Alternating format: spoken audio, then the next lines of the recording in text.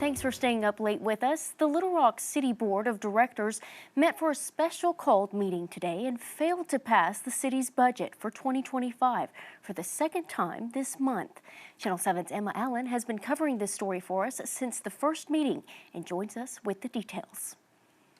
8 yeses were needed to send Ordinance 1, the city's budget for 2025, to a third reading, but there were only 6 yeses. Some board members, as well as their constituents, explain why they still aren't on board with the 2025 budget.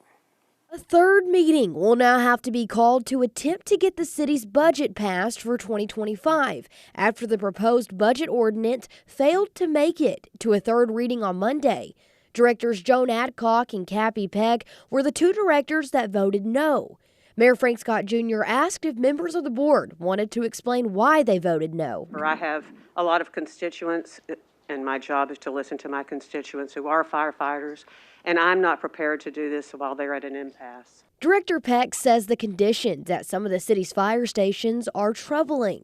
She says the proposed budget needs to be increased for those issues to get addressed. We have some serious livability and safety problems in the fire stations. The older fire stations with rat infestations, bat infestations, which is a huge health hazard, bay doors that won't open. I mean, we're asking these people to put their lives on the line for us every day, but we are forcing them to live in uninhabitable situations in some of these firehouses. Firefighters were also there at City Hall. One in particular was Matthew Stallings, president of the Little Rock Firefighters Local 34, a local firefighting union. He says some firefighters are feeling undervalued by the city. It's a situation where every day there's firefighters in the city responding to emergencies on pickup trucks, and it's because we don't have enough fire trucks. And we've reached a point where we're just tired.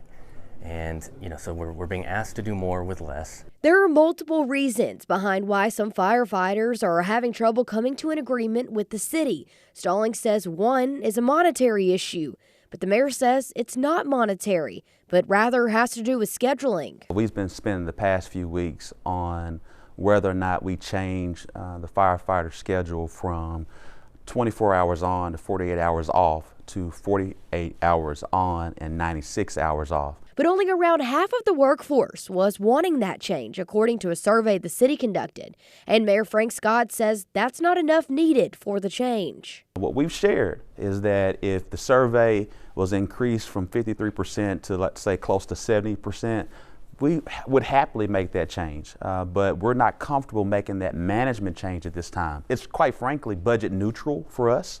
It doesn't cost us any extra, but it does create potential workforce shortages and staffing issues along the line until the kinks are worked out. Mayor Frank Scott claims whenever the city gives the firefighters an offer, their sticking point is the 48 hours on, 96 hours off. Scott says the city increased monetary value for firefighters this morning, but they still want to see changes with the scheduling. On your side, I'm Emma Allen.